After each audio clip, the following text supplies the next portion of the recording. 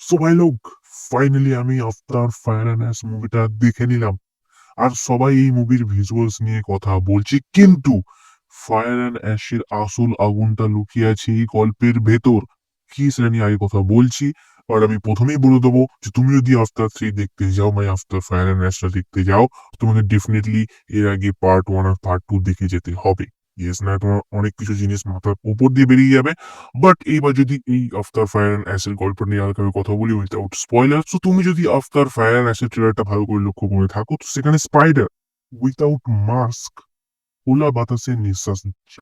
And কিভাবে নিঃশ্বাস নিচ্ছে, এই আশ্চর্য জিনিসটা কিভাবে ঘটলো, সেটা জানার জন্য আকাশবাসী স্পাইডারকে জেকের কাছ থেকে নিয়ে চলে যেতে চায়, তার উপর রিসার্চ করতে। বাট জেক হচ্ছে আমাদের বিজয় সালগাঁওকর। ইয়েস, যখন তার ফ্যামিলির ওপর বিপদ চলে আসে তখন তাকে অস্ত্র তুলে নিতে হয়। এন্ড তারপরে শুরু হয়ে যায় আকাশবাসীর সাথে আমাদের প্যান্ডোরাবাসী মানে নাভিদের আরো একটা ওয়ার। আর এই ওয়ারটা এই কারণেই হবে কারণ আকাশবাসী স্পাইডারকে নিয়ে গিয়ে রিসার্চ করে যদি এইটা জেনে ফেলে যে সে কিভাবে মাস্ক ছাড়া খোলা বাতাসে নিঃশ্বাস নিচ্ছে, আর সেই ফর্মুলাটা যদি মানুষরা পেয়ে যায়, মানে আকাশবাসীরা পেয়ে যায়, তাহলে তাও চলে আসবে পান্ডোরাতে, এসে খোলা বাতাসে নিঃশ্বাস নেবে এন্ড পান্ডোরার 12টা বাজিয়ে দেবে। আর সেইটা আটকানোর জন্যই আমাদের মুভির হিরো জেককে আবারও আকাশবাসীর সাথে যুদ্ধ করতে হবে। আর স্টোরিটা হালকা একটু শোনা শোনা লাগছে, কি তাই তো? হ্যাঁ ভাই, এটাই হচ্ছে এই আফতার 3 বা আফতার ফায়ার অ্যান্ড অ্যাশের স্টোরিটা। আলাদা কিছু নতুনত্ব বা আলাদা কিছু হাটকে এই স্টোরির ভেতর নেই। ইয়েস। এন্ড এবার যদি কথা বলি কি লুকানো আছে এই স্টোরির ভেতর, সেটা হচ্ছে ডেফিনেটলি জেমস ক্যামেরনের ম্যাজিক। কারণ ডাইরেক্টর জেমস ক্যামেরন সেই জিনিসটাই তুলে ধরেছে, যে জিনিসটা মানুষের ভেতর থাকলে মানুষ নিজেকে ভগবান মনে করে। পাওয়ার, টাকা আর লোভ। এন্ড তার জন্য মানুষ কতটা নিচে নামতে পারে, একটা পুরো প্ল্যানেট ধ্বংস করে দিতে পারে, সেই জিনিসটা খুব বিউটিফুল ভাবে আমাদের এই আফতার 3 এর ভেতর জেমস ক্যামেরন দেখিয়েছে। এন্ড এটাই হচ্ছে এই গল্পের ভেতর একটা লুকোনো আগুন। তো এবার যদি আফতার মুভির ভালো দিক নিয়ে কথা বলি, তুমি প্রথমেই বলবো, তুমি নিজেও জানো আমি কোন দিকটা নিয়ে কথা বলি। এর ভিজুয়ালস ভাই, কি এক্সট্রা অর্ডিনারি ভিজুয়ালস ছিল, জাস্ট টপ নচ লেভেলের। ইয়েস। হ্যাঁ, হয়তো এর গল্প অর্ডিনারি ছিল, বাট গল্পটা এই মুভির ভেতরটা সেকেন্ডারি জিনিস। লোক এই মুভিটা দেখতে যাবে শুধুমাত্র এর ভিজুয়ালস এর জন্য। তুমি যখন এই আফতার ফায়ার অ্যান্ড অ্যাসের টিকিট কেটে থিয়েটারে ঢুকবে, 3D গ্লাসটা পড়বে, তখন তোমার মনে হবে যে না ভাই, আমি আর এই পৃথিবীতে নেই, আমি ডাইরেক্ট চলে গেছি পান্ডোরাতে। নাভিদের সাথে বসে আছি আর তারা যে জিনিসটা করছে আমি সেটা দেখছি। ইয়েস, জাস্ট তোমার মনে হবে আমি একটা অন্য জগতে চলে গেছি। এতটা টপ নচ লেভেলের ভিজুয়াল ছিল এই আফতার 3 মুভির ভেতর। ভাই আমি বলে বোঝাতে পারবো না। আর ওটা আমি যত তারিফ করি না কেন ততই কম। আর তারপর যে জিনিসটা ভালো লেগেছে আমার এই মুভির ভেতর, সেটা হচ্ছে এই মুভির সেকেন্ড হাফ, বা বলা যেতে পারে এই মুভির একেবারে শেষ 1 ঘন্টা। কারণ ওইখানে এই মুভি টোটালি পয়সা বসুল করিয়ে দেয়।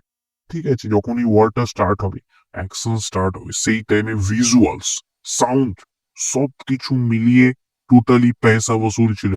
এন্ড আমার ফার্স্ট হাফের তুলনায় সেকেন্ড হাফটা বেশি ভালো লেগেছে। আর কেন আমার সেকেন্ড হাফটা বেশি ভালো লেগেছে ডেফিনেটলি আমি আগে কথা বলবো। বাট তারপর যে জিনিসটা ভালো লেগেছে আমার এই মুভির মধ্যে সেটা হচ্ছে নেগেটিভ ক্যারেক্টারদের পারফরমেন্স।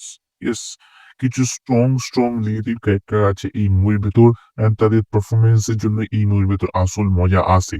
একটা হচ্ছে ফরাং, আর একটা হচ্ছে কর্নাল। ইয়েস ভাই, এনাদের দুজনের যুগলবন্দি এই মুভিটাকে আরো মজাদার করে দেয়। আর এগুলোর পাশাপাশি ডাইরেক্টর জেমস ক্যামেরন এই মুভির ভেতরে একটু ইমোশনাল টাচও দিয়ে দেয়।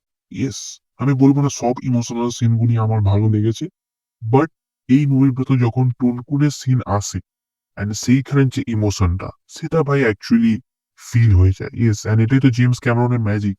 উনি টুনকুন নামের এমন একটা ক্রিয়েচার বানিয়েছেন যেটা রিয়েলি এক্সিস্টই করে না, বাট তারপর তাদের ইমোশনটা আমরা ফিল করতে পারি। ইয়েস, এটাই তো ম্যাজিক, এটাই তো ডাইরেক্টর জেমস ক্যামেরনের ম্যাজিক। উনি এমন একটা মুভি বানিয়েছেন যেটা শুধুমাত্র থিয়েটারের জন্যই বানানো হয়েছে। এইসব মুভি ওটিটি তে দেখে কোনো মজা নেই, যে মজা এই মুভি থিয়েটারে আসে, এই মুভি থিয়েটার এক্সপিরিয়েন্সে আসে। এন্ড আমি জাস্ট মজা পেয়ে গেছি। ইয়েস, থিয়েটারে এই আফতার 3টা দেখে। তো তোমরা এখন ভাবছো আমি যখন এত তারিফ করছি তাহলে কি এই মুভিতে কোনো খামতি নেই? আছে। ইয়েস, এই মুভিতে খামতি আছে, আর সেটা হচ্ছে এই মুভির ফার্স্ট হাফ। ওকে, আমার ফার্স্ট হাফটা আমি বলবো না খারাপ লেগেছে কোনো দিক থেকে ভাই। যখন চোখ ধাঁধিয়ে দেওয়ার মতো ভিজুয়ালস আসছে, আমি কি করে সেটাকে খারাপ বলবো, বাট সেই ফার্স্ট হাফটা আমার স্লো লেগেছে। ইয়েস, এন্ড যেহেতু 3.5 ঘন্টার মুভি, তোমার ফার্স্ট হাফটা আরো বেশি লেন্দি ফিল হয়েছে। ইয়েস, সেকেন্ড হাফের তুলনা, কারণ এর আসল মজা আছে এই মুভির সেকেন্ড হাফে। ওকে, তো সেই ফার্স্ট হাফটা আমার একটু স্লো লেগেছে। আর তার পাশাপাশি আমি যে বললাম যে এই মুভির ভেতর ইমোশনস তো আছে অনেকগুলো, বাট সেগুলো তেমন ল্যান্ড করে, সেগুলো তেমন ফিল হয় না। আর হ্যাঁ, এই মুভির ভেতর যে জিনিসটা আমার ভালো লাগেনি সেটা হচ্ছে এই মুভির স্টোরি। ওকে, কারণ এই মুভির গল্পটার ভেতর নতুনত্ব কিছু নেই। তোমার মনে হবে পার্ট ওয়ান আর পার্ট টু টাকে মিক্স করে এনার যে এক্সটেন্ডেড ভার্সনটা বানিয়েছে, সেটার নাম রেখে দিয়েছে আফটার ফায়ার অ্যান্ড অ্যাশ। আর এবার যদি তুমি আমাকে জিজ্ঞাসা করো যে আফটার ফায়ার অ্যান্ড অ্যাশের ভেতর কিছু নতুনত্ব ছিল, আমি বলবো না।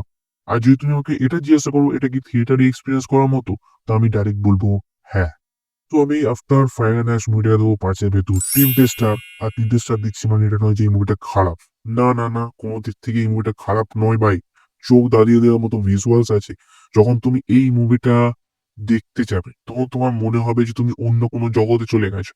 তো এই মুভিটাকে আমি কোনো দিক থেকে খারাপ বলছি না। হ্যাঁ, জাস্ট নতুনত্ব কিছু নেই, স্টোরিটা অর্ডিনারি। ওকে, বাট এছাড়া মুভিটা টোটালি টপ নচ। তো তুমি যদি অলরেডি দেখে থাকো আফটার ফায়ার অ্যান্ড অ্যাশ মুভিটা, তুমি অফকোর্স কমেন্টে জানাতে পারো তোমার কেমন ছিল এক্সপিরিয়েন্স। So by.